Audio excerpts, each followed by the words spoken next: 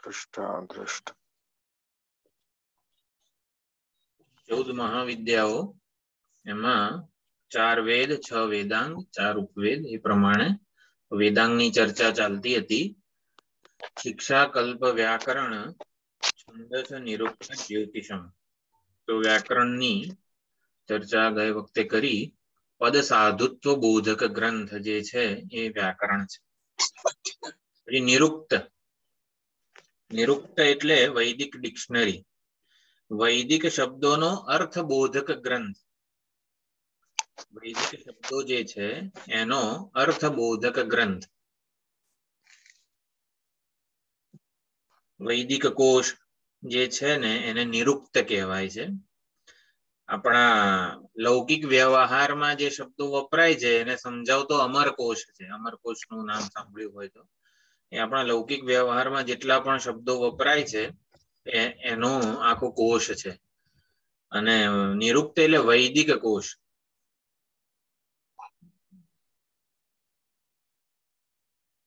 એટલે એની ડિક્શનરી કહેવાય છે। કઈ ધાતુ છે કયો પ્રત્યય છે તો સત્યમ જ્ઞાનમ અનંતમ બ્રહ્મ। તો બ્રહ્મ શબ્દ ब्रूहि वृद्धौ धातु मांथी बने छे।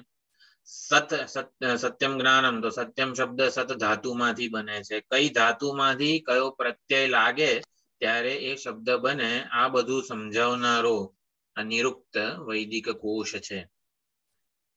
એટલે भूमा शब्द छे तो भूमन એટલે એનું મૂળ પ્રાતિપદિક છે તો એ કઈ રીતે બને છે એ બધું સમજાવતો આ यास्क मुनि ये आ वैदिक निरुक्त नी रचना करी है। यास्क मुनि एनी एमां संज्ञा कई छे प्रत्यय कयो छे निपात अने उपसर्ग आ बधुं जे छे ए ना भेदथी आखा ग्रंथनुं विवेचन एमणे करेलुं छे। वर्णनु आगम कया वर्णोने जोड़वाथी शब्द बने छे। विपर्य એટલે ઘણીવાર જે આગળ આવવો જોઈએ એ પાછળ જતો રહે। જેમ કે દૃશ્ય ધાતુ ને પશ્ય આદેશ વગેરે જે બધા થાય છે તો એ બધું નિરુક્તના નિયમો પ્રમાણે થાય છે। એ પ્રમાણે આ નિરુક્ત શાસ્ત્ર છે। નિરુક્ત આ બધા નિરુક્ત શાસ્ત્ર વગેરે જેને ભણાવવાનું છે એના માટે બહુ કામના છે। ભૂમા ભૂમા શબ્દ કઈ રીતે બને છે આપણને જાણવું હોય तो आ निरुक्त वगैरह नी जे जानकारी है घणी उपयोगी थई रही है। तो आ निरुक्त शास्त्र है। छंद छंद शास्त्र एटले 7 छंद वगैरह जे छे आवती वखते लईशुं। निरुक्त विषय जानकारी मेळवी वैदिक शब्दों अर्थ बोधक ग्रंथ यास्क मुनिए रचेलो छे ए निरुक्त कहेवामां आवे छे।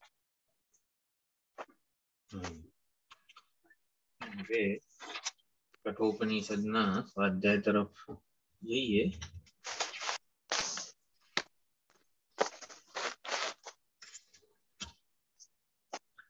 ओम सहना भवतु सहनो भुनक्तु सह वीर्यं करवावहै तेजस्विनावधीतमस्तु मा विद्विषावहै।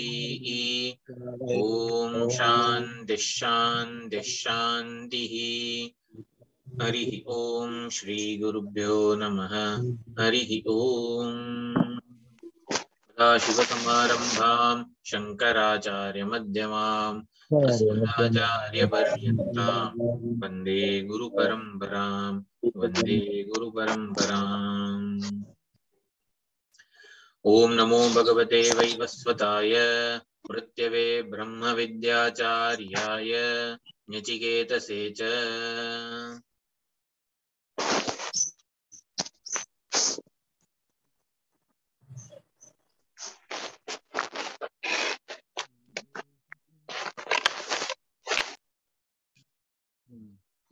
ओगणीसमो श्लोक कठोपनिषद अध्याय 1 द्वितीय वल्ली અને 19મો શ્લોક છે। हन्ता चेन्मन्यते हन्तुम् हतश्चेन्मन्यते हतम् उभौ तौ न विजानीतः नायं हन्ति न हन्यते। हन्ता એટલે હનન ક્રિયાનો કર્તા। हन्ता એટલે જે હણી રહ્યો છે, હનન ક્રિયા કરી રહ્યો છે એને હન્તા કહેવાય। हन्ता चेत मन्यते, हन्ता जे हनन क्रियानो कर्ता छे एवुं माने के हन्तुम हूँ कोईकनी हत्या करूं छुं अथवा हूँ कोईकने ईजा पहोंचाडुं छुं, आवुं जे पोताना विषे माने छे। हन्ता चेत मन्यते એટલે કોઈકની ઈજા પહોંચાડનાર એવી રીતે જો પોતાને માને અને हतश्चेन मन्यते हतम, हतः जे कोईक मने ईजा पहोंचाडे छे એટલે મને ઈજા પહોંચી શકે છે એવું જે પોતાના વિશે માને છે। એટલે કે જે પોતાને કર્મનો કર્તા માને છે અને કર્મનું જે ક્રિયાનું કર્મ માને છે, એટલે હનન ક્રિયાનો હું કરતા છું એવું જે માને છે અને હનન ક્રિયાનું કર્મ મારા પર હનન ક્રિયા થઈ રહી છે એવું જે માને છે એ ઉભૌ તૌ ન વિજાનીતઃ, એ બંને આત્મ સ્વરૂપને, આત્માના નિરુપાધિક સ્વરૂપને જાણતા નથી। ન અયમ હંતિ ન હન્યતે, અયમ આત્મા, આ આત્મા જે છે એ હનન ક્રિયાનો કરતા નથી એટલે હણનારો પણ નથી અને હન્યતે હનન ક્રિયાનું કર્મ નથી, એ પોતે હણાઈ શકે એવો નથી। હનન ક્રિયાનો કર્મ આત્મા કરતા અને કર્મ આત્મા નથી એટલે શું, આપણે જોઈએ છીએ કે કોઈક આપણને ઈજા પહોંચાડે અથવા તો આપણે કોઈકને ઈજા પહોંચાડીએ વ્યવહારમાં ત્યારે એવું થાય છે કે હા મેં સામેવાળા માણસને ઈજા પહોંચાડી અથવા તો સામેવાળા માણસે મને ઈજા પહોંચાડી, તો આ તો આપણને જણાય છે। ત્યારે અહીંયા એવું આત્મા એટલે અવિદ્યાનું અહીંયા સ્વરૂપ યમરાજા ઉપદેશે છે। આપણા જીવનમાં અવિદ્યા કઈ રીતે પ્રવર્તમાન છે, અવિદ્યાની પ્રત્યેક અભિવ્યક્તિને હું ઓળખું અને પછી એની નિવૃત્તિનો પ્રયત્ન કરું। જ્યાં સુધી આ અવિદ્યા છે, અવિદ્યાની અભિવ્યક્તિ છે એવી ખબર ના પડે ત્યાં સુધી એની નિવૃત્તિનો આપણે ઉપાય કરી શકીએ નહીં। માટે અવિદ્યાનું સ્વરૂપ આવો નવો જ શ્લોક ભગવદ્ ગીતામાં પણ છે। ઉભૌ તૌ ન વિજાનીતઃ एनं वेत्ति हन्तारं यश्चैनं मन्यते हतम् उभौ तौ न विजानीतः नायं हन्ति न हन्यते। आ प्रमाणे जे छे कर्तृत्व અને મર્ત્યત્વ આ બે ભ્રાંતિ છે। કર્તૃત્વ એટલે ક્રિયાનો કર્તા અને મર્ત્યત્વ એટલે આ હું શરીરને હું માનીને જે પોતાને મર્ત્ય માને છે એ મર્ત્યત્વની ભ્રાંતિમાંથી આ જે શ્લોકનો જે વિચાર છે એ આપણને મુક્ત કરે છે। કારણ કે આત્મા કોઈને મારતો નથી અને આત્મા પોતે મરાતો પણ નથી। આ બધી વસ્તુઓ જે છે એ આપણા રોજબરોજના વ્યવહારને જોઈને વિચારવાની નથી। આપણે ગયે વખતે થોડોક વિચાર કર્યો તો આ આત્મ સ્વરૂપનું પ્રતિપાદન થઈ રહ્યું છે। હુંનું વાસ્તવિક સ્વરૂપ આવું છે એટલે હુંની સામે આત્માની સામે જોઈને આ વિચાર કરવાનો છે। વ્યવહારની સામે જોઈને આત્મા કઈ રીતે મર્ત્ય અને કરતા ન હોય। હું હંમેશા મને કરતા ભોગતા માનતો હોઉં છું એટલે કર્તૃત્વ ભોક્તૃત્વને મારામાં માનીને આ વિચાર કરવાનો નથી કે આ કઈ રીતે હું કરતા નથી હું ભોગતા નથી। આત્માની સામે જોઈને વિચારવાનું છે કે જો આત્મા આવો અસંસારી હોય તો એમાં કર્તૃત્વ ભોક્તૃત્વ જે મને પ્રતીત થાય જે અધ્યારોપિત જ હોવું જોઈએ। આ બધો વિચાર આત્માની સામે જોઈને કરવાનો છે, પરમાત્માની સામે જોઈને કરવાનો છે, પરબ્રહ્મની દ્રષ્ટિગોચર કરીને કરવાનો છે. જ્યાં સુધી અભિનેતાનો જે અભિનય છે, અભિનેતા સ્ટેજ ઉપર ભિખારી રૂપે ભીખ માંગતો હોય, જ્યાં સુધી ભીખ માંગવાનો જે અભિનય છે એમાં જ દ્રષ્ટિ હોય, ત્યાં સુધી આપણને અભિનેતાના સ્વરૂપનું અન્વેષણ કરવાની સ્વતંત્રતા રહેતી નથી. મારે અભિનેતાને જોવો છે, મારે અભિનેતાને ઓળખવો છે, એવું ક્યારે શક્ય બને? જ્યારે અભિનયથી હું મારી દ્રષ્ટિને પાછી ખેંચી શકું. અભિનય જે થઈ રહ્યો છે એમાંથી મારી સભાનતાને હું ખેંચી શકું, ત્યારે પછી અભિનેતાના વાસ્તવિક સ્વરૂપની ઓળખ માટે મારું મન પ્રવૃત્ત થાય. આ બધું અભિનય સમ્રાટ જે પરમાત્મા છે એ અસંખ્ય વેશમાં આપણી સમક્ષ આવે છે. વેશ વિનાનો પરમાત્મા કેવો છે ને એ બધું આ નિરૂપણ થઈ રહ્યું છે. 18 થી માંડીને બધા જેટલા પણ શ્લોકો છે એ વેશ વિનાના પરમાત્માની, વેશ વિનાના મારા વાસ્તવિક સ્વરૂપની ઓળખ છે. વેશ વિનાનો એને ઓળખવાનો છે અને જણાય છે હંમેશા વેશ સહિત. વેશ સહિત જ્યારે જણાતો હોય, અભિનેતા સ્ટેજ ઉપર આવે ત્યારે કોઈક ને કોઈક વેશ સહિત આવે છે. વેશ વિનાનો સ્ટેજ ઉપર એને ઓળખવો હોય તો શું કરી શકાય? વિશેષતાને દૂર કરવા. હા, વિશેષતાઓને દૂર કરવી પડે. પણ અભિનેતા સ્ટેજ ઉપર આવે છે ત્યારે વિશેષતા કઈ છે ને એ જ ખબર નથી પડતી. આ વિશેષતા છે, એનો વેશ જે એને પહેરેલો છે એ વિશેષતા છે એવી ખબર પડતી નથી ને. એટલે વિશેષતાને વિશેષતા રૂપે જાણી શકાતી નથી. જે વસ્તુ આગંતુક છે એને આગંતુક ઓળખવી પડે. જે આપણને સ્ટેજ ઉપર દેખાય છે એમાં કઈ વસ્તુ આગંતુક છે અને કઈ વસ્તુ સ્વાભાવિક છે? એટલે એનો જે વેશ છે એ આગંતુક છે. હા, અને પોતેનો જે વ્યક્તિત્વ છે, પોતે જે છે ઈ મૂળભૂત સ્વરૂપ છે. એટલે અમિતાભ બચ્ચન જ્યારે આવે સ્ટેજ ઉપર ત્યારે જોવાનું કે ભિખારીનો વેશ આગંતુક છે, પણ મૂળભૂત રીતે અમિતાભ બચ્ચન છે એમ સમજવાનું. હા, actor is વિવર્ત રૂપે આવે છે, વિવર્ત રૂપ. અભિનય જે થઈ રહ્યો છે ને એને જ્યાં સુધી સાચો માનીશું, એના વેશને સાચો માનીશું ને ત્યાં સુધી એના સ્વાભાવિક સ્વરૂપનું અન્વેષણ કરવાની સ્વતંત્રતા જ નહીં રહે. આપણે હંમેશા રજ્જુ અને સર્પ બંનેને એક, ઘરેણા અને સુવર્ણ ઘરેણા બંનેની સત્તા. વેશ મિથ્યા છે, હું છું એ જ સત્ય છે. હા, એટલે એ જ કહું છું, એ જ સમજાવું છું કે ઘરેણા અને સુવર્ણ બંને સમાન સત્તામાં છે એવું માનીને ઘરેણામાં સુવર્ણને શોધવાનો પ્રયત્ન કરીએ છીએ. પણ સમજવાનું છે કે ઘરેણા સુવર્ણ પર અધ્યારોપિત છે, અધ્યારોપના સ્તરે છે. એની સત્યતા, એની જે રિયાલિટી છે એ ઓછી છે અથવા તો સુવર્ણ જેટલી નથી. સુવર્ણની રિયાલિટી જુદા જ પ્રકારની છે, ઘરેણાની રિયાલિટી વાસ્તવિકતા જુદા પ્રકારની છે. એટલે વિવર્ત છે. ઘરેણા એ સુવર્ણના વિવર્ત છે. એવું જ્યારે ઓળખી શકીએ ને, ઘરેણાને જોઈએ છીએ ત્યારે જ ઘરેણાને વિવર્ત રૂપે ઓળખવા પડે. તો આમાં ઉભૌ તૌ ન વિજાનીતઃ, આ બે જણા આત્મ સ્વરૂપને જાણતા નથી, આત્માના વાસ્તવિક સ્વરૂપને જાણતા નથી. તો આ કોણ છે બે જણા જે આત્માને આવી રીતે કરતા અને ક્રિયાનું કર્મ માને છે? એ જે જડદર્શી છે, ભૂત ભૌતિક દર્શી છે, એ સર્પ જ છે, રજ્જુ નથી એવું માને છે. મને જે દેખાય છે એ સાપ દેખાય છે, મને સર્પ દેખાય છે, રજ્જુ નામની તો કોઈ વસ્તુ જ નથી. એવું જે આ ચારવાક થી માંડીને ટૂંકમાં બધા જે છે ભૂત ભૌતિક દર્શી એવું માને છે કે જે દેખાય છે એ સાચું છે. આ જગત વગેરે જે ભિખારી દેખાય છે ને એ સાચો છે એવું માને છે. જે ઓળખી ગયો છે, જે જ્ઞાની છે, વિપશ્ચિત છે, એ કેવું જાણે છે? કેવળ રજ્જુ છે, કેવળ અભિનેતા છે. સર્પ નામની કોઈ વસ્તુ ત્રણેય કાળે છે જ નહીં.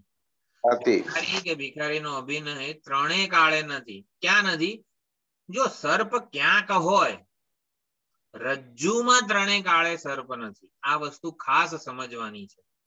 ઘરેણા નથી, વેદાંત કે જ્યારે ઘરેણા નથી ત્યારે સમજવાનું શું? ઘરેણા નથી કે સર્પ નથી એવું જયારે કહે છે ત્યારે રજ્જુમાં સર્પ નથી. સર્પ બીજે ક્યાંક હોઈ શકે છે. આપણે જે અધિકરણમાં એને જાણવાનો પ્રયત્ન કરીએ છીએ એમાં નથી. સુખ દુઃખ નથી, કોઈ સુખી દુઃખી નથી. બરોબર? હવે આ કે કઈ રીતે આને સમજી શકાય, સ્વીકારી શકાય? સુખ દુઃખ મિથ્યા જે અધ્યારોપ છે. એટલે સુખ દુઃખ નથી એટલે કયા સ્તરે નથી એ સમજવાના છે. આત્માના સ્તરે, આત્મામાં સુખ દુઃખ નથી. જેને હું કેન્દ્રિત સુખ દુઃખ નામની કોઈ વસ્તુ નથી. રજ્જુમાં સર્પ નામની કોઈ વસ્તુ નથી. એવી જ રીતે જ્ઞાની આત્માને સુખ દુઃખ થી નિત્ય મુક્ત જાણે છે. સુખ દુઃખ વેશના સ્તરે, ઉપાધિના સ્તરે રહેલા હોય, પરંતુ આત્માના અધિકરણમાં કે હુંના અધિકરણમાં સુખ દુઃખ નથી. જ્ઞાની કેવળ રજ્જુ છે, સર્પ છે જ નહીં. રજ્જુમાં ત્રણેય કાળે સર્પ નથી એવું સમજે છે. આને સમ્યકદર્શી કહેવાય. અને જે આ સાધક મુમુક્ષુ વગેરે જે પ્રયત્ન કરી રહ્યા છે એને સુવર્ણ અને ઘરેણા બંને દેખાય છે. જે ભૂત ભૌતિક દર્શી અત્યંત અવિવેકી જે છે એને માત્ર સર્પ દેખાય છે, માત્ર ઘરેણા દેખાય છે. જ્ઞાની જે છે એને માત્ર રજ્જુ દેખાય છે, માત્ર સુવર્ણ દેખાય છે, માત્ર આત્મદર્શન થાય છે, અદ્વિતીય આત્મદર્શન થાય છે. અને આવા સાધકો હોય, આપણે બધા મુમુક્ષુ સાધકો હોય, એને બે વસ્તુ દેખાય છે. ઘરેણા દેખાય છે અને સુવર્ણ દેખાય છે. અને પછી કહીએ છીએ આપણે કે ઘરેણા સુવર્ણ પરનો અધ્યારોપ છે. એક ટાઈમમાં નથી. હા, એક ટાઈમમાં બંને ના મળતું, એક જ મળે. જે જોવા માંગીએ ને એ દેખાય છે આપણને. કોઈ કહે કે આમાં ઘરેણા છે, સુવર્ણ, તને શું તું જે જોવા માંગે છે ને એ તને દેખાશે. એવું છે. સાધક મુમુક્ષુ શું વિચારે છે કે વગર રજ્જુએ સર્પ ના દેખાય. વગર રજ્જુએ સર્પ ના દેખાય, માટે રજ્જુ તો હોવી જોઈએ, પણ મને દેખાય છે તો સર્પ. તો ચલો સર્પની સત્યતાનું અન્વેષણ કરે છે. આ પ્રમાણે સર્પ અને રજ્જુ વચ્ચે આધારાધેય સંબંધ માને છે. માટી અને ઘડા વચ્ચે આધારાધેય સંબંધ માને છે. હકીકતમાં થોડોક આગળ અધિષ્ઠાન અધ્યારોપનો સંબંધ માને છે. પરંતુ સમજવાનું એ છે કે અધ્યારોપનું અધિષ્ઠાનમાં ત્રણેય કાળે અસ્તિત્વ નથી. એટલે હનન ક્રિયાનો કર્તા અને હનન ક્રિયાનું કર્મ, એટલે કે ક્રિયાનો કર્તા આત્મા, એટલે આત્મા અકર્તા છે, અભોક્તા છે, સન્નિધિ સ્વરૂપ છે. ક્રિયા પ્રકૃતિના સ્તરે થઈ રહી છે. જયારે હું બોલું છું, તમે બધા સાંભળો છો, ત્યારે પ્રત્યેગાત્મા ચૈતન્ય સ્વરૂપની સન્નિધિમાં વાણી વડે શબ્દોનું ઉચ્ચારણ થઈ રહ્યું છે. શ્રવણેન્દ્રિય વડે શબ્દોનું શ્રવણ થઈ રહ્યું છે. ક્રિયાનો કર્તા પ્રકૃતિ પણ નથી. પ્રકૃતિના સ્તરે કર્મ થઈ રહ્યું છે. એટલે કર્તા જે છે ને એ તમે શોધવા જાઓ, બોલવાની ક્રિયાનો માલિક એટલે ઓનરશિપ જેની પાસે છે, હું બોલું છું એવું હકીકતમાં કઈ છે જ નહીં. બોલવાનું કર્મ વાણીના સ્તરે થઈ રહ્યું છે. આ વેદાંતનું અજોડ પ્રદાન છે કે જે કર્મ કે વ્યવહાર થઈ રહ્યો છે એને પાયા વિનાનો ઓળખાવે છે. બધો વ્યવહાર આપણો જે છે એ કરી કોણ રહ્યું છે? તો કે અહંકાર કરી રહ્યો છે.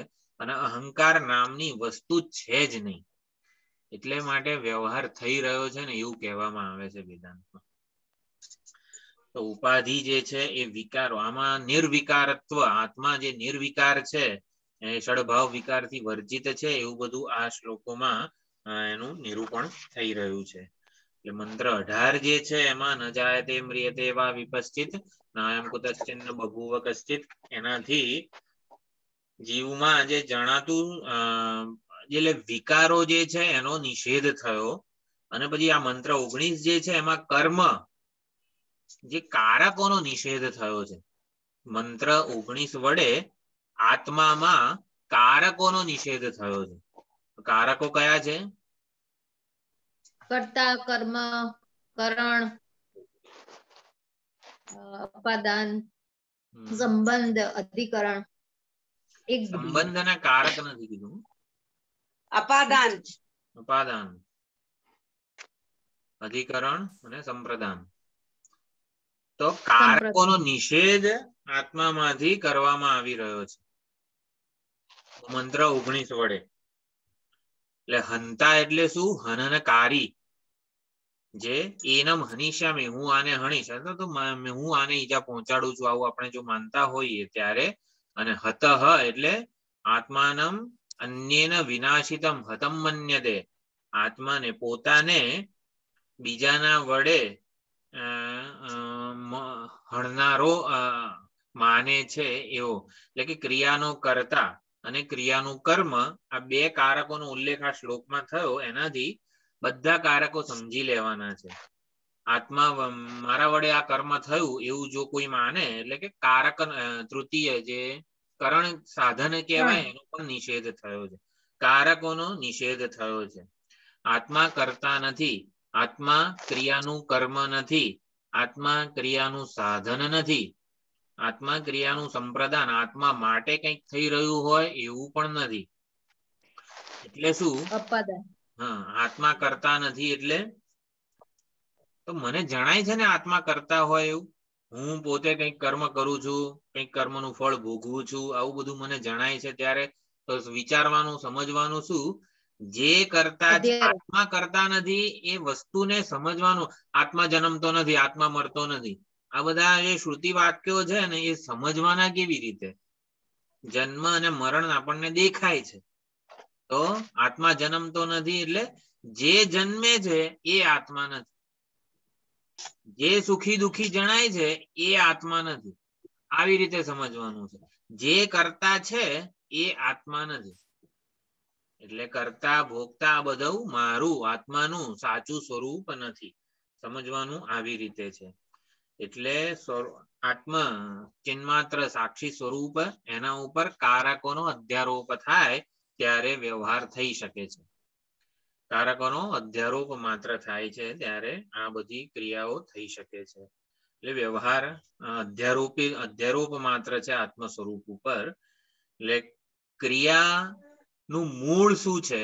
જ્યારે આપણને કોઈ પણ વ્યવહાર થતો દેખાય આત્મા ઉપર, આત્મા વડે વ્યવહાર થતો જણાય ત્યારે એનું મૂળ શું છે? ક્રિયાનું મૂળ અવિદ્યા, કામ અને કર્મ. તો કર્મનું મૂળ કામ છે, કામનું મૂળ અવિદ્યા છે. આ બધો અવિદ્યા, કામ, કર્મ ના અધ્યારોપ સહિતનો વ્યવહારમાં આત્મા આપણને જણાય છે, પ્રતીત થાય છે. જ્યારે આવો અધ્યારોપ સહિતનો જણાતો હોય ને ત્યારે જ એનો અપવાદ કરવાનો છે. અધ્યારોપના અપવાદ પૂર્વક એને ઓળખવાનો છે. અને એટલા માટે અવિદ્યા, કામ અને કર્મ એના સાધનો સહિતનો આત્માને માની લેવામાં આવે છે. માટે આત્મામાંથી ક્રિયાકારક ફળભેદ સંબંધનો નિષેધ કે અપવાદ કરવામાં આવે છે. આત્મામાંથી કારકોનો અપવાદ કરવામાં આવે છે 19મા શ્લોક વડે. તો આત્મામાંથી કારકોનો મારે અપવાદ કરવો છે, નિષેધ કરવો છે, તો મારે શું કરવું પડે? અપવાદ અને નિષેધ અથવા તો નિષેધ એટલે શું એ સમજાવું છું હવે. ચલો ભાઈ, આત્મામાંથી મારે કારકોનો અપવાદ કરવો છે. ચાલો, એટલે મારે આમ શું કરવાનું? હું કરતા નામ અને નથી, રૂપનો બાદ કરવાનો. નામ અને રૂપનો બાદ કરવાનો. કર્તૃત્વ ભોક્તૃત્વ મારું નથી. અપવાદ અથવા તો નિષેધ જેને કહેવાય છે, નિગેશન, નિગેશન જ કહેવાય અપવાદને. તો એને સમજવાનું શું? ઘરેણાનો મને સુવર્ણમાંથી અપવાદ કરવો છે.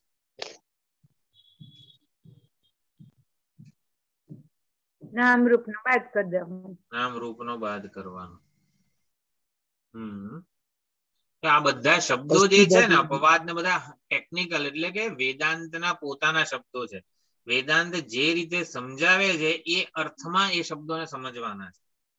અપવાદ ને મિથ્યાત્વ નિશ્ચય કહી શકાય. નામરૂપ નો બાદ ને બધું કીધું એ જ પ્રમાણે મિથ્યાત્વ નિશ્ચય કઈ રીતે થાય? ઘરેણામાં ઘરેણાનો મિથ્યાત્વ નિશ્ચય કઈ રીતે થાય? નામરૂપ નો બાદ કઈ રીતે થાય?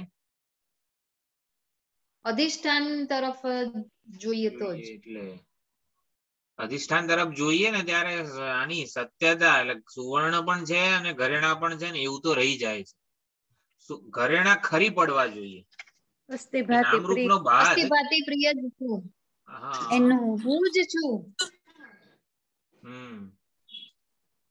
ઉપાદાન કારણ એનું જોવાનું. હા, મિથ્યાત્વ નિશ્ચય. ઘરેણા મિથ્યા છે. ઘરેણાનો મિથ્યાત્વ નિશ્ચય કરવો હોય ને એમાંથી તાદાત્મ્ય ખેંચી લેવું પડે. નામરૂપ નો બાદ ક્યારે શક્ય બને? હું મારામાંથી નામરૂપ નો મારું જે નામ છે અને મારા નામ પ્રમાણે મારા જે વિશેષતાઓ છે મારી એનો હું બાદ ક્યારે કરી શકું? જ્યારે એ વિશેષતાઓમાં જો આ હું અપવાદ કે નિષેધ સમજાવું છું. હું ક્યારે નામરૂપ નો બાદ કરી શકું? નામ અને રૂપમાં જ્યાં સુધી મને સલામતી અને સુખ દેખાય છે આ ઘરેણા મારા છે. કેમ? કારણ કે એનાથી હું સલામત છું. આ મારા બાના છે, મારી બાની બાના છે કે ટૂંકમાં પરંપરાથી મને મળેલા છે.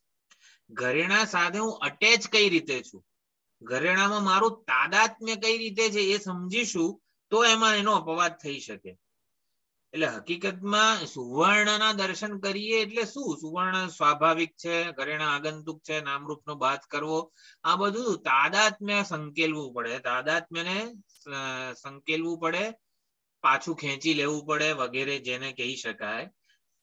તાદાત્મ્ય કઈ રીતે પાછું ખેંચી શકીએ આપણે નામરૂપ માંથી? નામરૂપ એટલે મેં કીધું કે હું ઋષિ છું એવું મારું જે નામ છે અને એની વિશેષતાઓ છે કે ચલો ભાઈ આટલું સંસ્કૃત આવડે છે, આટલું બધું આમ સરસ વેદાંત નો પરિચય ને બધું આવડે છે. આ બધી વિશેષતાઓથી મને સલામતી મળે છે, મને સુખ મળે છે. મારી કંઈક ઓળખ છે સમાજમાં, મારા નામ રૂપ વિશેષતાની જ ઓળખ છે સમાજમાં. એ ઓળખમાંથી મને સલામતી મળે છે. જ્યાંથી મને સલામતી મળતી હોય ને એમાંથી હું તાદાત્મ્ય પાછું ના ખેંચી શકું. મારી નામરૂપ ઓળખમાંથી મને સલામતી નથી મળતી ને એવું સમજવું પડે. પેલા મારી સલામતી ક્યાં છે? નિર્વિશેષ વસ્તુમાં મારી સલામતી છે. નિર્વિશેષ વસ્તુ એટલે કોઈ બી વિશેષતા વગરનો જ્યારે હું હોઉં છું ને એ સૌથી સલામત છે એવું સમજવું પડે, ઓળખવું પડે. કોઈ વિશેષતા વગરનો અત્યંત સીધો અને સાદો સરળ હું એ જ સલામત હું છે એવું જણાય. કોઈ વિશેષતા વગરનો હું જ સુખી હું છે, સલામત હું છે એવું સમજવું પડે. કેટલો સુંદર આત્મવિચાર અહીંયા યમરાજાજી રજૂ કરે છે કે મારા વિશેની પ્રત્યેક ઉપાધિ કલ્પિત ઓળખાણ માટે મને વૈરાગ્ય જન્મે. વૈરાગ્ય એટલે શું? એમાંથી સલામતીની જે ભ્રાંતિ છે ને એને હું પાછી ખેંચી શકું. સલામતી નિર્વિશેષમાં જ છે, વિશેષતાઓમાં સલામતી નથી. એ બહુ ઉત્કૃષ્ટ કોટીનો વૈરાગ્ય માંગી લે છે.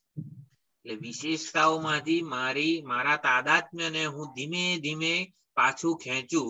એટલે વિશેષતાઓ મને સલામતી નથી આપતી એવું સમજવાનો પ્રયત્ન કરું.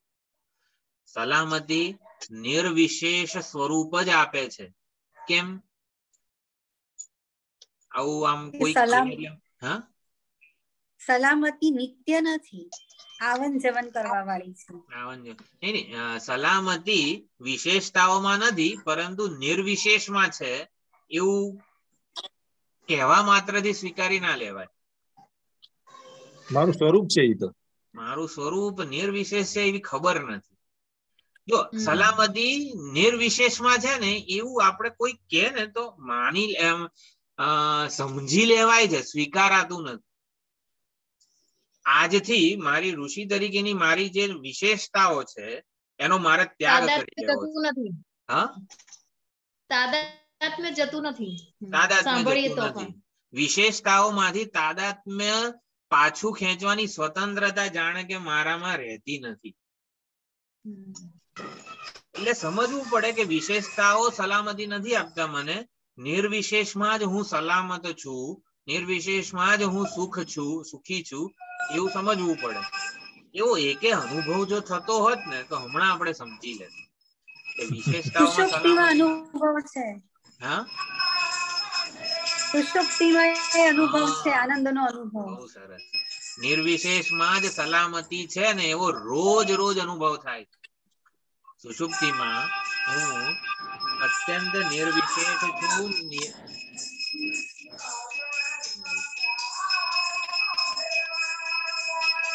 સુષુપ્તિમાં હું નિર્વિશેષ જ હોઉં છું અને ત્યારે સુખી સલામત હોઉં છું. અને એટલે સમજવા, એટલે વારંવાર સુષુપ્તિના વિચારણા, અનુભવની વિચારણા કરવાની છે. મિથ્યાત્વ નિશ્ચય, જ્યાં આપણે અપવાદ, નિષેધ, મિથ્યાત્વ નિશ્ચય, તાદાત્મ્ય પાછું સંકેલવું, આ બધાનો અર્થ સમજ્યા. આનો અપવાદ કરવાનો છે, નામરૂપનો અપવાદ કરવાનો છે. એટલે અપવાદ કરવો કે એટલે બુદ્ધિમાં નથી કરવાનો. આ વસ્તુ આપણા દર્શનનો વિષય બને. એટલે ખરેખર શેના માટે અપવાદ નથી થતો મારાથી? કારણ કે સલામતી જણાય છે. સલામતી જોવી એને જ તાદાત્મ્ય કહેવાય. આ શરીરમાં કેમ તાદાત્મ્ય રાખું છું હું? એ શરીર નહીં હોઉં તો હું નહીં રહું. આને તાદાત્મ્ય કહેવાય. એટલે તાદાત્મ્ય ક્યારે પાછું સંકેલી શકાય આપણે? શરીરમાંથી. હા, સુઈ જઈએ ત્યારે સંકેલે છે. તાદાત્મ્ય હું મારા શરીરમાંથી હું મારું તાદાત્મ્ય સંકેલી શકું એવી સ્વતંત્રતા મને ક્યારે પ્રાપ્ત થાય? આત્મામાં.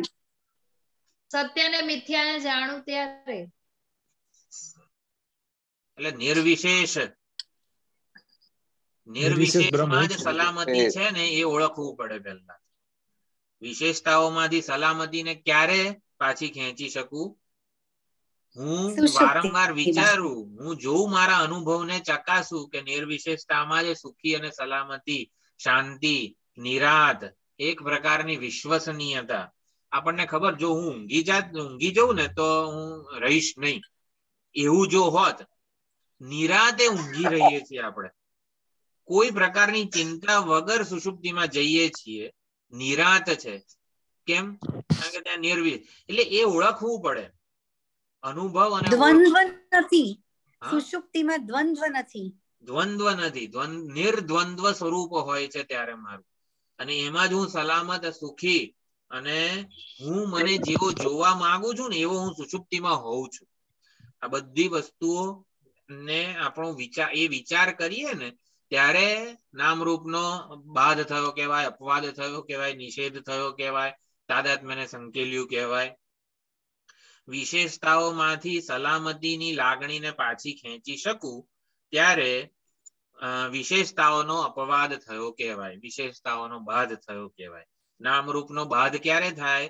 નામરૂપમાં સલામતીને હું નામરૂપમાં સલામતીની ભ્રાંતિ છે, સલામતી આપી શકે એવી કોઈ સામર્થ્ય, એવું કોઈ સામર્થ્ય નામરૂપમાં નથી એવું માનીએ ને ત્યારે આ બધી વસ્તુઓ, એટલે આ મારું સ્વરૂપ છે એવું આપણે સમજવાનું છે.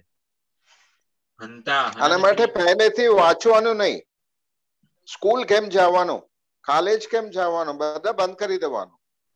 આ સમજાય ને એટલા માટે સ્કૂલે જવાનું.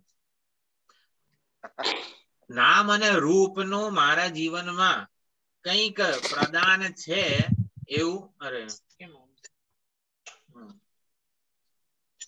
નામ અને રૂપની નું મારા જીવનમાં પ્રદાન શું છે એવું સમજવા માટે જ, એટલે નામરૂપ ને મિથ્યા ક્યારે ઓળખી શકું હું?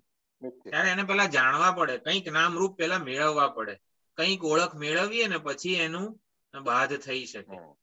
જેમ કે દ્રાક્ષ ખાટી છે, દ્રાક્ષ ચાખ્યા વગર ખાટી છે નિશ્ચય થાય ને એ ખોટો કહેવાય.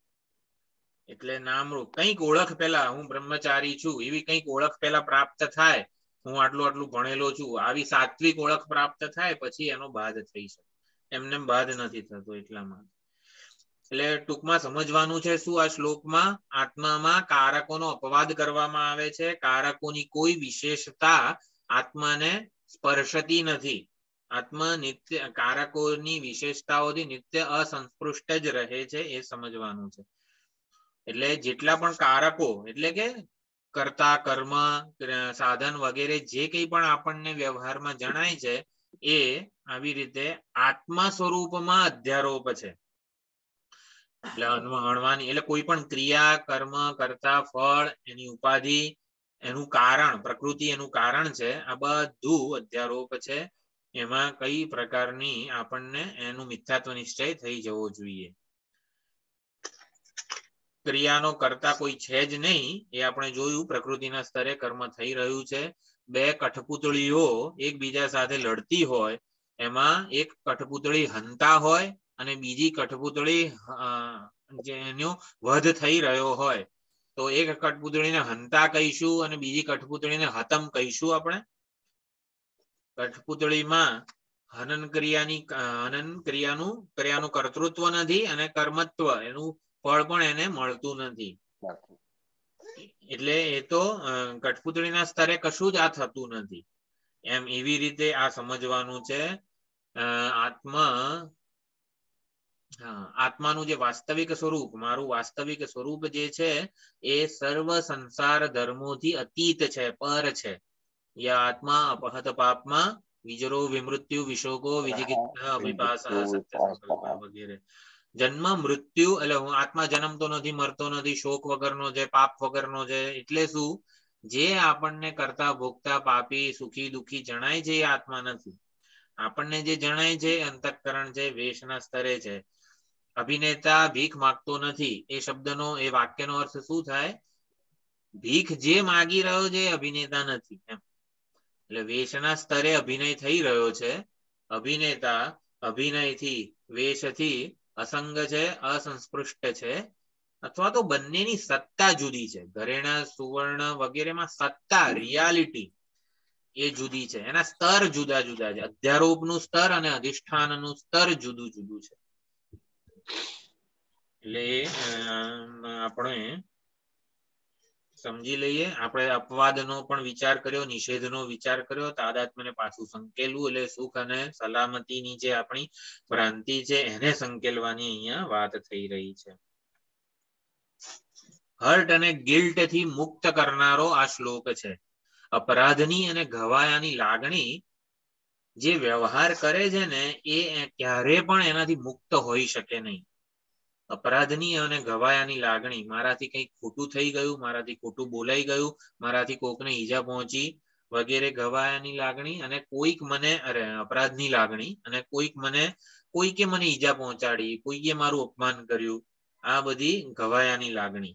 અપરાધની અને ઘવાયાની લાગણીથી મુક્ત કરનારો આ હંતા ચેન મન્યતે હતમ વગેરે શ્લોક છે. 19મો શ્લોક અને આપણને આવી રીતે આ વિચારણાથી મુક્ત કરે છે.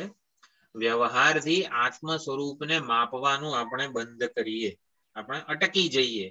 વ્યવહારનો કોઈ ભાગ નથી, વ્યવહારનો કોઈ કારક આત્મા નથી. આત્મામાં કારકો નથી એટલે જ વ્યવહારના જે કારકો છે એમાં આત્માનો કોઈ રોલ નથી, કોઈ વેશ નથી.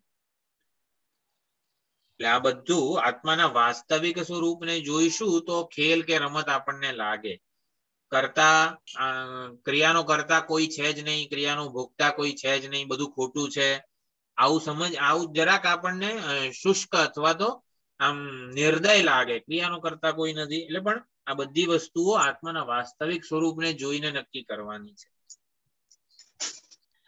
બધી ક્રિયાઓ એક વૈશ્વિક યોજનાના સ્તરે થઈ રહી કર્મના, જેમ કે અનાદિપણું કર્મનું ગઈકાલે શંકરાનંદી ગીતામાં કીધું એ પ્રમાણે બધું અનાદિ છે. એટલે કે વૈશ્વિક યોજનાના ભાગ રૂપે એક ઉપાધિ અને બીજી ઉપાધિ, એક કઠપૂતળી અને બીજી કઠપૂતળીના સ્તરે બધું થઈ રહ્યું છે.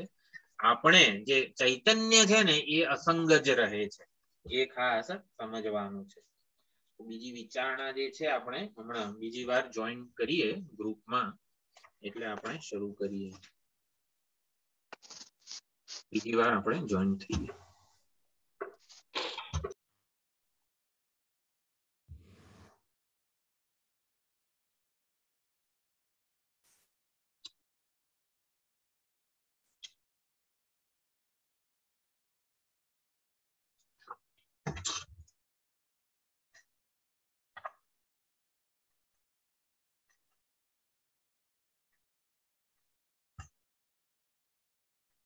ઘણી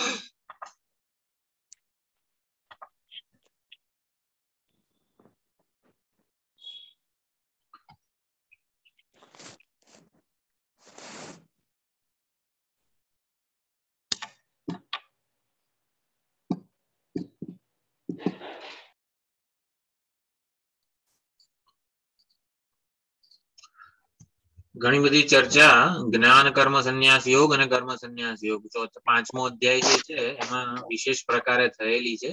આત્મવંતમ ન કર્માણી નિબધ્નંતિ ધનંજય. પાંચમા અધ્યાયમાં જે આત્મવંતમ, આત્મવાન છે એટલે આત્મ સ્વરૂપના જ્ઞાન વાળો છે, આત્માના વાસ્તવિક સ્વરૂપને જે જાણે છે એને કર્મો બાંધતા નથી, કર્તૃત્વ અને ભોક્તૃત્વથી હંમેશા મુક્ત રહે છે. આવી સુંદર વિચારણા.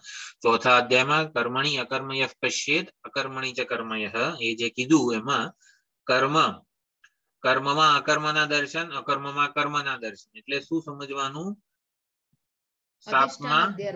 સાપમાં દોરીના દર્શન અને દોરીમાં સાપના દર્શન કરે છે એ જ જ્ઞાની છે. તો સાપમાં દોરીના દર્શન કરે છે એટલે શું? અધિષ્ઠાન થયા રજ્જુને જે જાણે છે. સાપમાં દોરીના દર્શન કરે છે એટલે જે સપ્તમી વિભક્તિ જે છે, કર્મમાં અકર્મના દર્શન કરે છે, તો એમાં કર્મણી સપ્તમી વિભક્તિ વિષય સપ્તમી છે. સાપમાં રજ્જુને જુએ છે એટલે સાપ ને રજ્જુ તરીકે જુએ છે. વિષય સપ્તમી એટલે વિષય, વિષય એટલે શું? વિષયનું જે વિષય હોય, કર્મ હોય, એની દ્વિતીય વિભક્તિ કહેવાય એટલે ને પ્રત્યય લાગે ને. કર્મ ને અકર્મ તરીકે જુએ છે, સર્પ ને રજ્જુ તરીકે જુએ છે. સર્પ નથી પરંતુ રજ્જુ જ છે એ રીતે એને જુએ છે. સર્પમાં રજ્જુના દર્શન, કર્મમાં અકર્મના દર્શન એટલે કર્મને અકર્તૃ આત્મ સ્વરૂપે જુએ છે.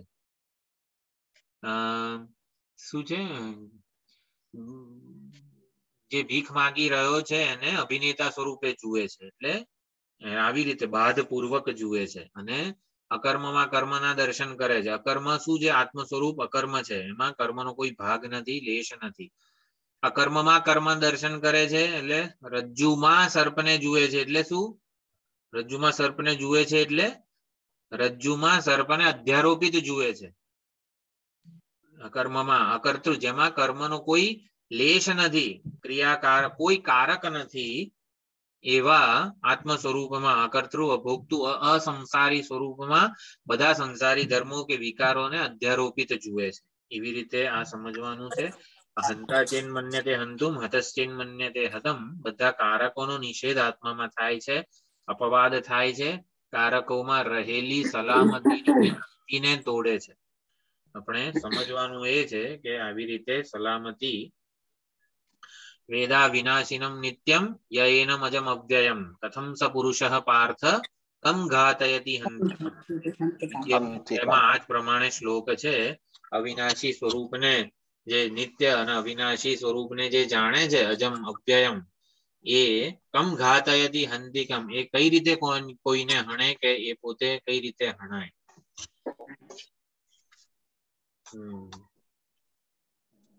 એટલે વ્યવહાર, કારકો જે છે, કારકો વ્યવહારના ભાગ છે અથવા તો કારકોના આધારે વ્યવહાર થઈ રહ્યો છે.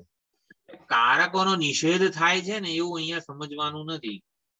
આત્મામાં કારકોનો નિષેધ થઈ રહ્યો છે એ ખાસ સમજવાનું છે. દેહ અથવા તો કર્મો વગેરેને છોડવાના નથી.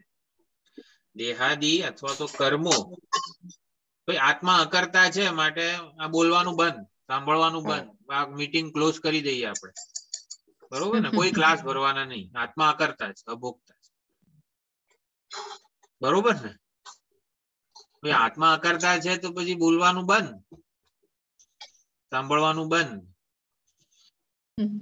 દેહાદી એટલે કોઈનો પણ અપવાદ કે આવી રીતે થાય, આત્મા અકર્તા છે એટલે કર્મ સાથેના સંબંધ વગરનો છે, સંબંધને પાછો ખેંચવાનો છે.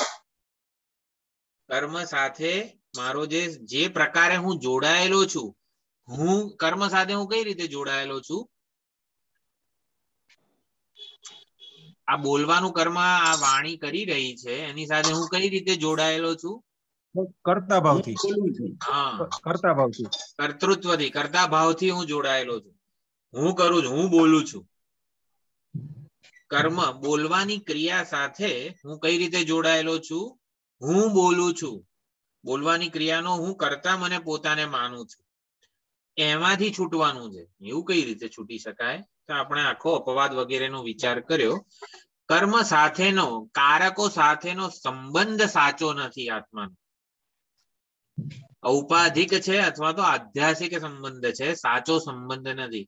બોલવાની ક્રિયા આત્માની સન્નિધિમાં વાણી ઇન્દ્રિય વડે થઈ રહી છે એવું સમજવાનું છે. દેહ આત્મા જન્મતો મરતો વગેરે નથી. એટલે શું? જન્મવાની મરવાની ક્રિયા સાથે આત્મા અસંબંધિત છે, એ ખાસ સમજવાનું છે. સંબંધ, આસક્તિ જે છે એમાંથી મુક્ત થવાનું છે, સંબંધ છોડવાનો છે. રંગવદૂત મહારાજ, દેહ ભરોસો છોડી પ્રાણી, હે જીવ તું દેહ ભરોસો છોડ, દેવ ભરોસો રાખ. એટલે પરમાત્મા, એટલે કે આવી રીતે એમાં ભગવાન ભગવત તત્વની વાત હતી. એટલે આનો ભરોસો છોડવા. ભરોસો એટલે શું? આ સલામત. સલામતી. કોઈ પણ કર્મ કે ક્રિયા સાથેનો મારો સંબંધ કઈ રીતે હું છોડું? સલામતીનો જે છે ભ્રાંતિ, એને પાછી ખેંચી લેવાય. એટલે એના આધારે હું, દેહને આધારે હું સુખી સલામત, મારા કર્મોને આધારે હું સુખી સલામત છું, એવી જે ભ્રાંતિ છે એમાંથી છૂટવાનું છે. કારકોથી છૂટવાનું એટલે કારકો સાથેનો સંબંધ છોડવાનો છે. કારકોમાંથી જે આસક્તિ છે, પકડી રાખી છે, એ છોડવાની છે. એવું ખાસ અહીંયા સમજવાનું છે. તો શંકરાનંદ સ્વામી છે, સુંદર આખી વ્યાખ્યા કરે છે. હંતા એટલે શું? હનન ક્રિયા કર્તૃ સંઘાત અવચ્છિન્ન. પોતાને ઉપાધિ પરિચ્છિન્ન માનીએ ને ત્યારે જ ઉપાધિના કર્મોને આપણે આપણા પોતાના કર્મો માની બેસીએ છીએ. હનન ક્રિયા કર્તૃ કોણ છે? આ દેહાદી સંઘાત છે. એમાં અવચ્છિન્ન, એમાં જયારે પોતાને અવચ્છિન્ન, અવચ્છિન્ન એટલે સીમિત માનીએ, આ ઉપાધિ પૂરતો જ હું મર્યાદિત છું એવું મને જયારે હું માનું, ત્યારે આ હનન ક્રિયાનો કરતા, એટલે કે કોઈ પણ ક્રિયાનો કરતા હું મને પોતાને માનું છું. હંધુમ એટલે એનમ અનિષ્યામી ઇતિ મન્યતે, આ પ્રમાણે એને હણનારો માનું. અને હતઃ, હતઃ એટલે હનન ક્રિયાનું કર્મ. હનનમ પ્રાપ્ત, એટલે જે હણાઈ રહ્યો છે અથવા તો જેનું હનન થઈ રહ્યું છે એ, હનન ક્રિયા જેના પર થઈ રહી છે એ, એટલે કે મને કોઈ ઈજા પહોંચાડતું હોય એવી રીતની વાત. હતઃ હનનમ પ્રાપ્ત હનન ક્રિયા કર્મ સંઘાત અવચ્છિન્ન. હનન ક્રિયા રૂપી જે ક્રિયા, હનન ક્રિયા જે છે એનું કર્મ શું છે? એ કર્મથી પોતાને સીમિત માને છે, એટલે કે પોતાને એનું કર્મ કે ફળ માને છે. એટલે હનન ક્રિયાનું ફળ કોને મળશે? મને મળશે એવું જે માને છે. મને ઈજા પહોંચશે, મારું અપમાન થશે વગેરે જે માને છે. માન અને અપમાન જે છે ને કોનું થાય છે? દેહાદી સંઘાતનું થાય છે. સંઘાતનું થાય છે. કરતા થાય છે. અનાત્માનું. અનાત્માનું થાય છે.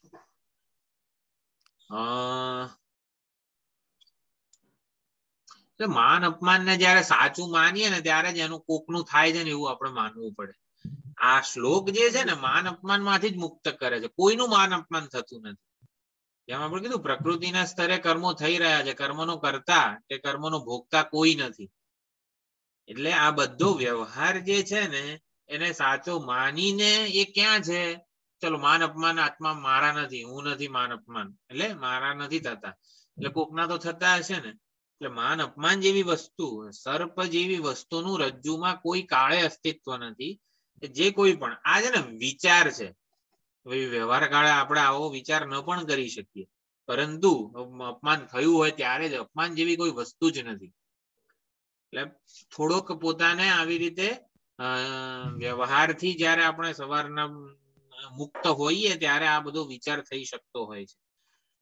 જયારે અપમાન થયું ને ત્યારે તો પછી અપમાન સત્ય હોય છે માટે એને અધ્યારોપ જાણીએ કે પછી કર્મનું ફળ જાણીએ કે પછી ઈશ્વર પ્રેરિત કોઈક વસ્તુ માનીએ, પરંતુ વિચાર કાળે તો અપમાન નામની કોઈ વસ્તુ ન રહેવી જોઈએ.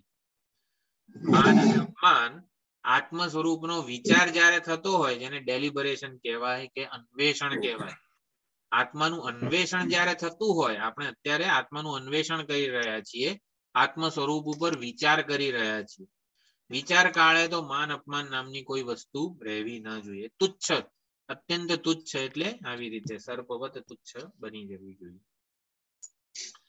એટલે ઉભવ તૌ ન વિજાનીત, એમાં ઉભવ એટલે હંતૃત્વેન હતત્વેન આત્માનમ મન્યમાનો.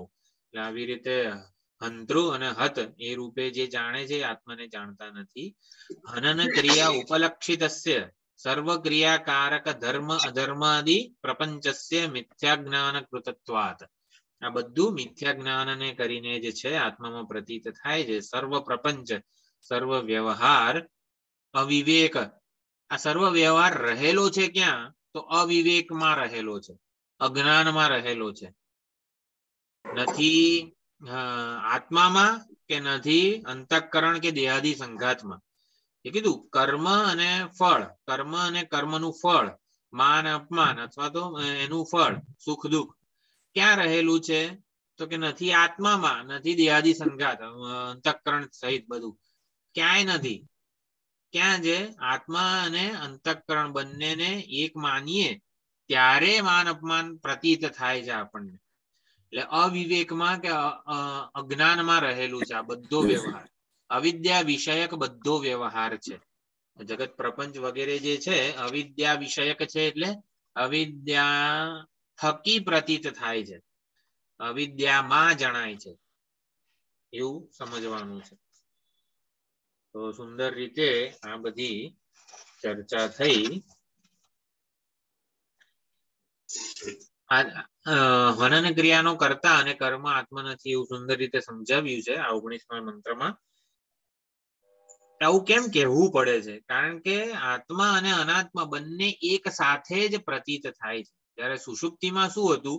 અનાત્મા અંતઃકરણ અથવા તો દેહાદી સંઘાત રૂપી આખી ઉપાધિ હતી જ નહીં, માટે આત્માનું નિર્વિશેષ સ્વરૂપ ત્યાં હતું, આપણને અનુભવાતું હતું. હવે જાગ્રતમાં થાય છે શું? આત્મા હું છું એ તો ભાસે જ છે, હું છું હંમેશા ત્રણેય કાળે, જાગ્રત સ્વપ્ન સુષુપ્તિમાં તો ભાસે જ છે. આત્મા નિર્વિશેષ સ્વરૂપે જ ત્રણે ત્રણ અવસ્થાઓમાં, તુરીય સ્વરૂપ આત્મા ત્રણે ત્રણ, જાગ્રત સ્વપ્ન સુષુપ્તિ ત્રણે ત્રણ અવસ્થાઓમાં હું છું નિર્વિશેષ સ્વરૂપે જ અનુભવાય છે. પરંતુ જાગ્રત કે સ્વપ્નમાં શું થાય છે? આત્મા હું છું ના અનુભવની સાથે સાથે, નિર્વિશેષ અનુભવની સાથે સાથે વિશેષતાઓનો, ઉપાધિનો અનુભવ પણ થઈ રહ્યો છે. હવે ઉપાધિનો અનુભવ પણ થઈ રહ્યો છે, એટલે ઉપાધિ શું છે? વેશ અથવા તો એના ધર્મો, કે હું સુખી, એટલે હું છું ની સાથે સાથે સુખ અને દુઃખ પણ અનુભવાય છે, માન અને અપમાન પણ અનુભવાય છે, કર્તા કર્મ બધું પણ અનુભવાય છે. એટલે હું કરતા છું એવું આપણે માની બેસીએ છીએ, હું સુખી છું દુઃખી છું એવી રીતે આપણે માની બેસીએ છીએ. જેમ કે આ પેન છે ક્યારે અનુભવાય?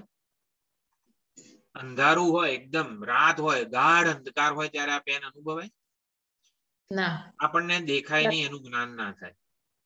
પેન જ્યારે પણ અનુભવાય, સૂર્યપ્રકાશ સહિત પ્રકાશિત થયેલી પેન અનુભવાય છે. સૂર્યપ્રકાશ એટલે પેન અને સૂર્યપ્રકાશ બે વસ્તુ રહેલી છે, આપણને ખાલી પેનનો અનુભવ નથી થતો, પ્રકાશિત થયેલી પેનનો અનુભવ થાય છે. તો આ જે એન્ટિટી, આ પેન જે વસ્તુ જણાય છે એમાં બે વસ્તુ રહેલી છે, સૂર્યપ્રકાશ અને પેન. આવી રીતે આપણે મનથી વિચાર કરીએ જ્યારે પણ આ દ્રષ્ટાંતમાં તો છે ને સૂર્યપ્રકાશ અને પેન બંને સમાન સત્તામાં રહેલા છે, પરંતુ જ્યારે દાષ્ટાંતમાં જઈએ ત્યારે હું છું એ જે નિર્વિશેષ સ્વરૂપ છે એ અધિષ્ઠાનતયા સબ્જેક્ટના સ્તરે બંનેનું સ્તર જુદું જુદું છે. આત્મા દૃક સ્વરૂપે અનુભવાય છે, નિર્વિશેષ સ્વરૂપે અનુભવાય છે, અધિષ્ઠાન સ્વરૂપે અનુભવાય છે. રજ્જુ સર્પનો જ્યારે અનુભવ થતો હોય ને ત્યારે રજ્જુ અને સર્પ બે જુદા જુદા રેલ્મ ઉપર અનુભવાય છે. રજ્જુ અધિષ્ઠાનતયા અનુભવાય છે, અસ્થિ સત સ્વરૂપે અનુભવાય છે, અને સર્પ જે છે એના અધ્યારોપના સ્તરે અનુભવાય છે. એટલે હું છું એમાં હું છું જે છે એની સત્તા વધારે છે, સુખી દુઃખી જે છે ને એની સત્તા હું છું જેટલી નથી, વ્યાવહારિક સત્તા છે.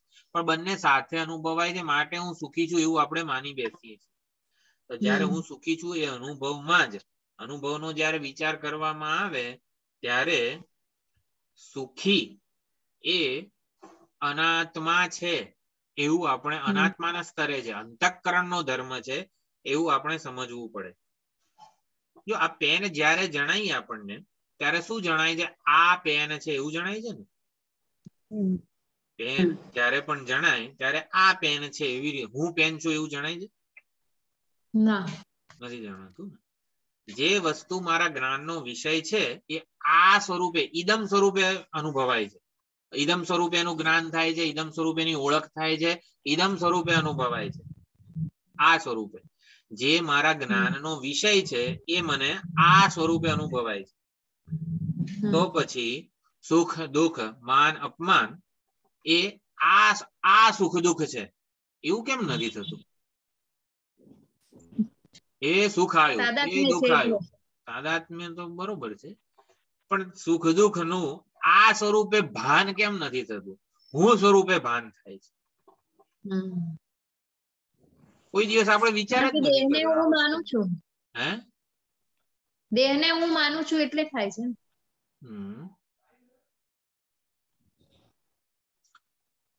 સુખ દુઃખ નો આ સ્વરૂપે અનુભવ નથી થતો, હું સ્વરૂપે જ અનુભવ થાય છે. હુંથી અભિન્ન સુખ દુઃખ થઈ જાય છે.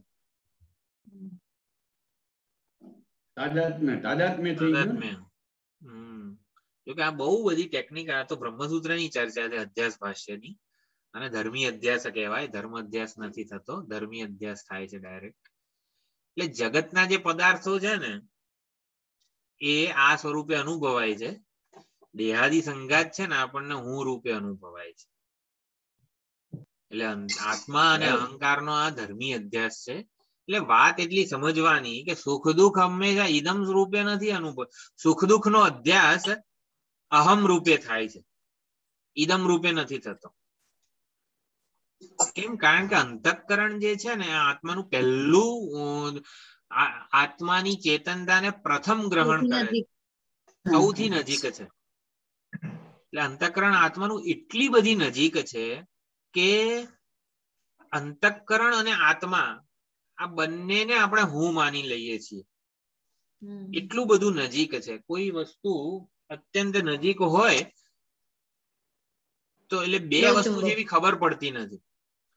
એટલે અંતઃકરણ એટલું બધું નજીક, સત્વ ગુણનું બનેલું હોવાને લીધે એટલું બધું નજીક છે. એટલે સમજવાનું ઉદાહરણ આપી શકાય. ચશ્મા અલગ છે, પહેરી અત્યારે આ ચશ્મા છે, આ ચશ્મા છે, ઘણા બધા ચલો કાળા રંગના છે વગેરે. એકવાર પહેર્યા પછી એ તો હું જ થઈ જાય છે, હુંનો ભાગ થઈ જાય છે. બહુ સરસ. એટલે આવી જ રીતે કે એટલું બધું નજીક છે ને કે પછી હું રૂપે જ પ્રતીત થાય છે. ભલે ને થતું પણ કરવાનું શું? તો પછી જયારે જણાય ત્યારે હું રૂપે જ જણાય છે અંતઃકરણ. એટલે અંતઃકરણ આત્માથી અનન્યતયા પ્રકાશે છે. ભિખારી અભિનેતાથી અનન્યતયા પ્રકાશે છે. અહીં અભિનેતા હોય ને અહીં ભિખારી હોય એવી રીતે નથી થતું. અહીં આત્મા હોય ને અહીં અંતઃકરણ હોય એવી રીતે જુદું. બે જુદા જુદા અધિકરણમાં ભાસતા નથી, પરંતુ છે હકીકતમાં જુદા જુદા અધિકરણ. આત્મા દૃક સ્તરે પ્રકાશે છે, અંતઃકરણ દૃશ્યના સ્તરે રહેલું છે. એ ઓળખવાનું છે, અનુભવને ઓળખવાનો છે. હું સુખી છું એ અનુભવને ઓળખીએ ત્યારે હું છું એ રહેશે, સુખી ખરી પડશે. અનુભવમાંથી જ ખરી પડશે. એ જ બતાવે છે કે હું સુખી છું નો અનુભવ થતો જ નથી આપણને. હું સુખી છું કોઈએ અનુભવ્યું નથી. હું દુઃખી છું કોઈએ અનુભવ્યું નથી. ક્યારેય અનુભવી શકે જ નહીં. હોય તો અનુભવ થાય ને. હું ક્યારેય સુખી હોતો જ નથી તો ક્યારથી સુખીનો હુંમાં અનુભવ થાય? એટલે આ પ્રમાણે સુખી દુઃખી વગેરે જે સ્તરે માનવામાં આવ્યા છે એ સ્તરે એ નથી, એ સમજવાનું છે. અહીંયા હું સુખ સ્વરૂપ છું તો પછી સુખી ઔપાધિક છે, ઉપાધિનો ધર્મ છે. સુખ સ્વરૂપ હોવું એ મારો પોતાનો સ્વરૂપ છે, સ્વાભાવિક છે. સુખીપણું દુઃખીપણું ઔપાધિક છે, સ્ફટિકનું લાલપણું ઔપાધિક છે, ઉપાધિને એ લીધે ફલાત્મક સુખ છે, એ હા. ફલાત્મક આનંદ છે, વિષયજન્ય આનંદ. હા, આનંદ નિર્વિશેષ છે. આનંદના જે સાધનો છે એમાં વિશેષતા રહેલી છે. વિશેષતા એટલે નામ રૂપની જે વિશેષતા છે, સુવર્ણમાં કોઈ વિશેષતા નથી, સુવર્ણ નિર્વિશેષ છે. ઘરેણામાં વિશેષતા રહેલી છે. એવી રીતે આનંદ મારું સ્વરૂપ છે, આનંદ નિર્વિશેષ જ છે. તો આનંદની પ્રાપ્તિના જે સાધનો છે, આનંદની પ્રાપ્તિના સાધનો એટલે ઈચ્છા, કામ, કર્મ વગેરે જે છે, આ બધા જે સાધનો, જે કોઈ પણ આપણે સુખી થવા માટે પ્રયત્ન કરીએ એમાં બધી વિશેષતાઓ રહેલી છે. તો આ પ્રમાણે 19મા શ્લોક મંત્રમાં આત્મ સ્વરૂપની સુંદર છણાવટ થઈ, પ્રતિપાદન થયું. હવે 20મો જે શ્લોક છે એમાં કોણ આત્માના વાસ્તવિક સ્વરૂપને જાણી શકે છે?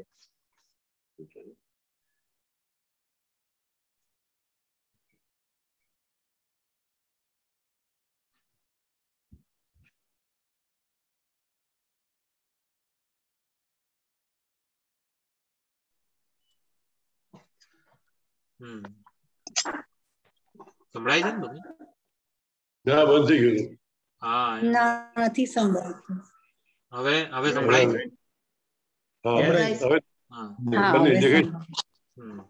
એટલે 19મા મંત્રમાં જે આત્માને કારકોના સંબંધ વિનાનો ઓળખવામાં આવ્યો, તો આત્માને કોણ આવી રીતે ઓળખી શકે છે? કારકોના સંબંધ વિનાનો, એના નિરુપાધિક નિર્વિશેષ સ્વરૂપને કોણ જાણી શકે છે?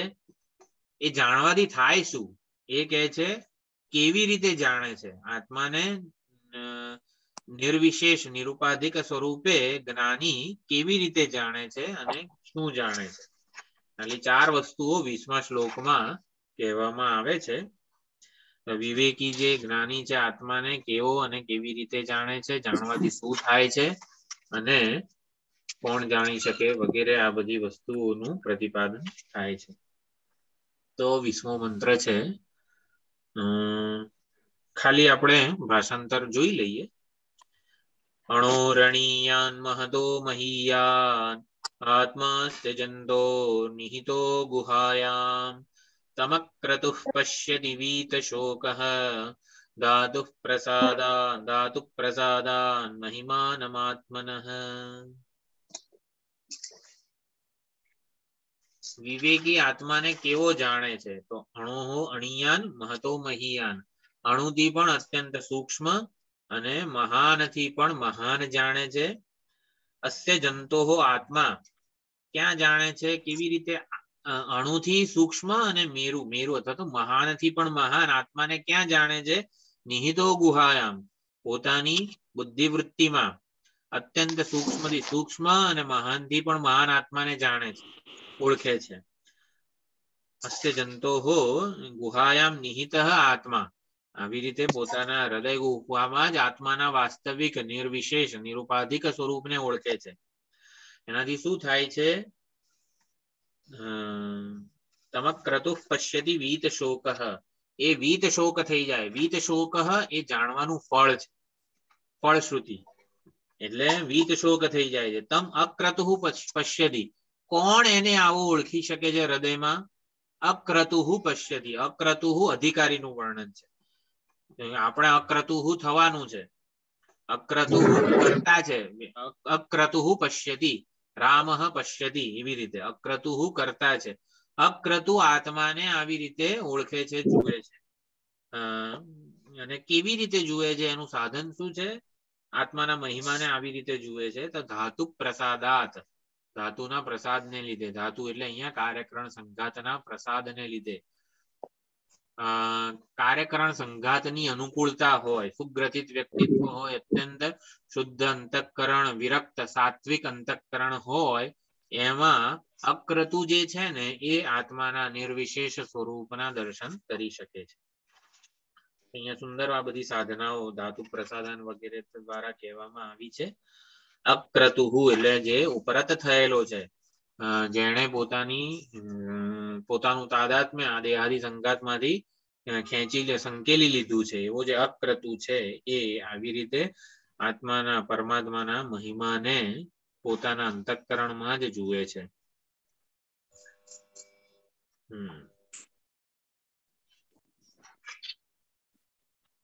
અક્રતુઃ એટલે દૃષ્ટશ્રુત વિષયેભ્યઃ ઉપરત ચિત્તઃ, જેણે આ દૃષ્ટશ્રુત બધા વિષયોમાંથી ઉપરામતા મેળવી લીધી છે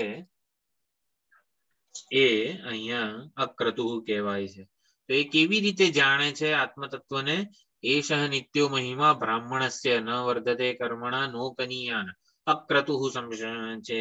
અક્રતુઃ કઈ રીતે? ધાતુ પ્રસાદાન મહિમાનમ આત્મન, આત્માની મહિમાને કેવી રીતે જાણે છે? આત્માનો મહિમા કેવો છે? ન કર્મણા વર્ધતે નો કનીયાન. કર્મની અસરથી, કર્મથી એના સ્વરૂપમાં કોઈ વૃદ્ધિ થતી નથી અને એને કોઈ ઘટાડો થતો નથી. એષઃ નિત્યો મહિમા બ્રાહ્મણસ્ય, આ આપણો નિત્ય મહિમા છે, સ્વરૂપભૂત મહિમા છે, જેના ઉપર આવી રીતે કર્મની કોઈ અસર નથી થતી. સૂક્ષ્મ થી સૂક્ષ્મ છે, મહાન થી પણ મહાન છે. આવું જયારે પણ કહેવામાં આવે છે, દૂરથી દૂર છે, નજીકથી પણ નજીક છે, વિરુદ્ધ ધર્મોથી આત્મતત્વનું પ્રતિપાદન જ્યાં પણ થતું હોય આપણા વેદાંત શાસ્ત્રમાં, ત્યારે નિરુપાધિક સ્વરૂપ છે એવું સમજવું પડે. બધી ઉપાધિઓના સંદર્ભમાં એ આવો વિરુદ્ધ ધર્મો વાળો દેખાય છે. સૂક્ષ્મ ઉપાધિથી, નાના દૂરબીનથી જોઈએ તો બધું નાનું દેખાય, સૂક્ષ્મદર્શક યંત્રથી જોઈએ તો જે દેખાય છે બધું નાનું દેખાય. એટલે અણુથી પણ અણુ છે, સૂક્ષ્મથી પણ સૂક્ષ્મતમ છે, એટલે અને મહાનથી પણ મહાન છે. એક જ આત્મા, એક જ તત્વ સૂક્ષ્મથી સૂક્ષ્મ હોય, મહાનથી પણ મહાન હોય. એટલે શું? સૂક્ષ્મત્વ અને મહત્વ બંને આત્માનું પોતાનું નથી, એ અધ્યારોપિત છે આત્મા ઉપર. એક જ વસ્તુ સૂક્ષ્મ હોય મહાન હોય એવું બની ના શકે. આત્મા સૂક્ષ્મથી સૂક્ષ્મ છે, મહાનથી પણ મહાન છે, એટલે સૂક્ષ્મપણું અને મહાનપણું એ બંનેથી અતીત છે. આ બધી વસ્તુઓ નિરુપાધિક સ્વરૂપનું, નિરુપાધિક એટલે નિર્વિશેષ સ્વરૂપનું નિરૂપણ કરી રહી છે. એક જ વસ્તુ સૂક્ષ્મ હોય મહાન હોય, એટલે સૂક્ષ્મ પણ એક જ અભિનેતા રાજા હોય ને ભિખારી હોય એવું કઈ રીતે હોય? એક જ અભિનેતા રાજા હોય ને ભિખારી હોય. આમ અત્યંત ગરીબ હોય, ભીખ માંગતો હોય, અને પાછો એનો ઠાઠમાઠ રાજા વાળો વૈભવ પણ હોય. એ જ બતાવે છે કે જે સૂક્ષ્મ દેખાય છે, એટલે સૂક્ષ્મતમ જે જણાય છે અથવા તો મહત્તમ જે જણાય છે, એ એનું સાચું સ્વરૂપ નથી. એ ખાસ અહીંયા સમજવાનું છે.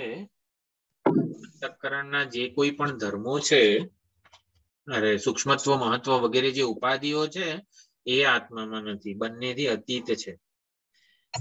એક જ સાથે એ સૂક્ષ્મ પણ છે અને મહાન પણ છે. આત્મતત્વ એક સાથે જ સૂક્ષ્મ ઉપાધિમાં પણ છે, મહાન ઉપાધિમાં પણ છે. એક જ અભિનેતા ભિખારી રૂપી ઉપાધિમાં પણ છે, રાજા રૂપી ઉપાધિમાં પણ છે. એક સાથે છે, એક સાથે જ એ સૂક્ષ્મ ઉપાધિ બધી ઉપાધિઓમાં સમાન રીતે વ્યાપ્ત છે. સુવર્ણ એક સાથે સમાન રીતે વીંટીમાં પણ છે, ચૂનીમાં પણ છે, બુટ્ટીમાં પણ છે, હારમાં પણ છે. સુવર્ણની સામે જોઈને કહેવામાં આવે છે સુવર્ણ તો બુટ્ટીમાં છે અને વીંટીમાં, સૂક્ષ્મથી સૂક્ષ્મ છે, મહાનથી પણ મહાન છે. શું કહેવાય? એક તોલો કે 1 ગ્રામની ચૂનીમાં પણ છે અને 10 તોલાના હારમાં પણ સુવર્ણ છે.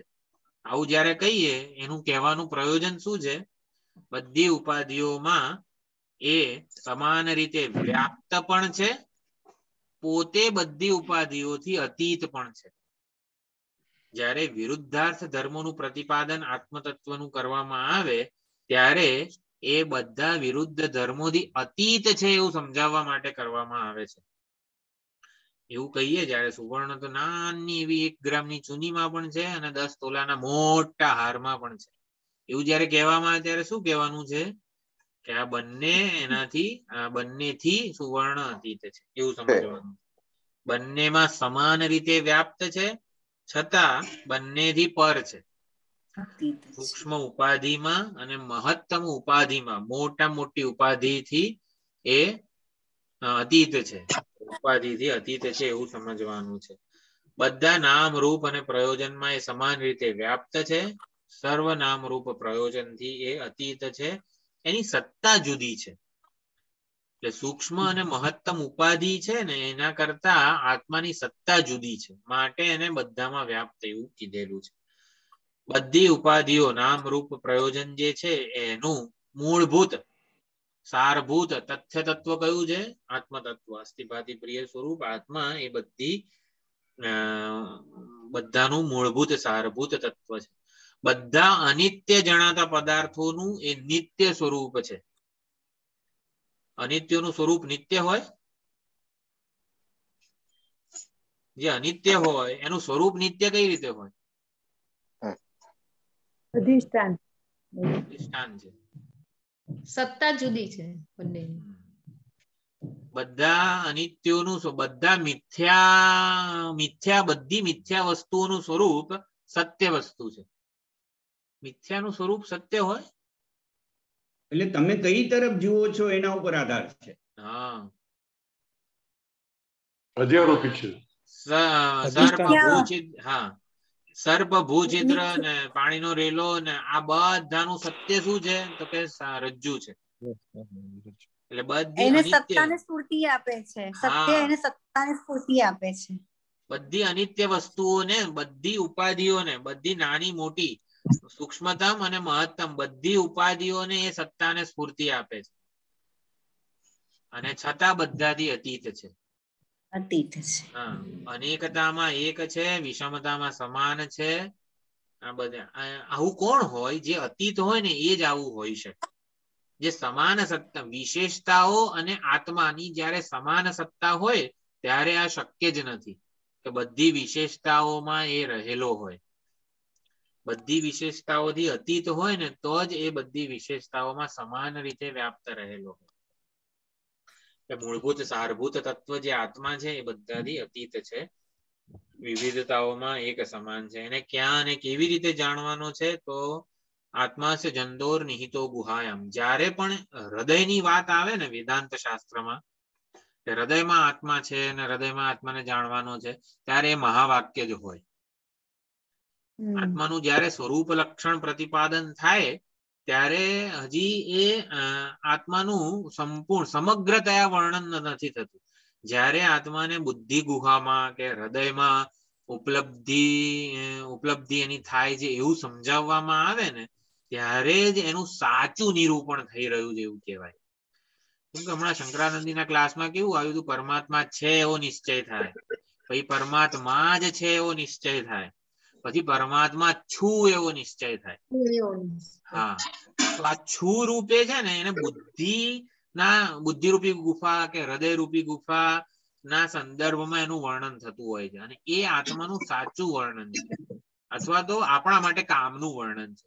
જગતમાં પરમાત્મા છે, ભાઈ હશે, મારે શું છે? એટલે આપણા કામનું શું છે? ભાઈ પરમાત્મા છું એવી ઓળખ કરાવનાર હૃદય છે આપણું. હૃદય ગ્રીન રૂમ છે જ્યાં પરમાત્માને વેશ વિનાનું ઓળખી શકાય છે. ગ્રીન રૂમ છે આપણું હૃદય, કે જ્યારે અભિનેતા બધા વેશ ઉતારેલો હોય, વેશ સાથેના સંબંધ વગરનો અભિનેતા ગ્રીન રૂમમાં હોય છે. તો આપણું હૃદય છે ને એ ગ્રીન રૂમ છે. એમાં પરમાત્માને વિશેષતા વગરનો ઓળખી શકાય છે. તો સુંદર એની વિચારણા છે આત્મા સે જંતોર નિહિતો ગુહાયામ. એ આપણે આવતા ક્લાસમાં જોઈશું ગુરુવારે. પૂર્ણમદઃ પૂર્ણમિદં પૂર્ણાત પૂર્ણમુદચ્યતે પૂર્ણસ્ય પૂર્ણમાદાય પૂર્ણમેવાવશિષ્યતે. ઓમ શાંતિ શાંતિ શાંતિ. હરિ ઓમ શ્રી ગુરુભ્યો નમઃ. હરિ ઓમ.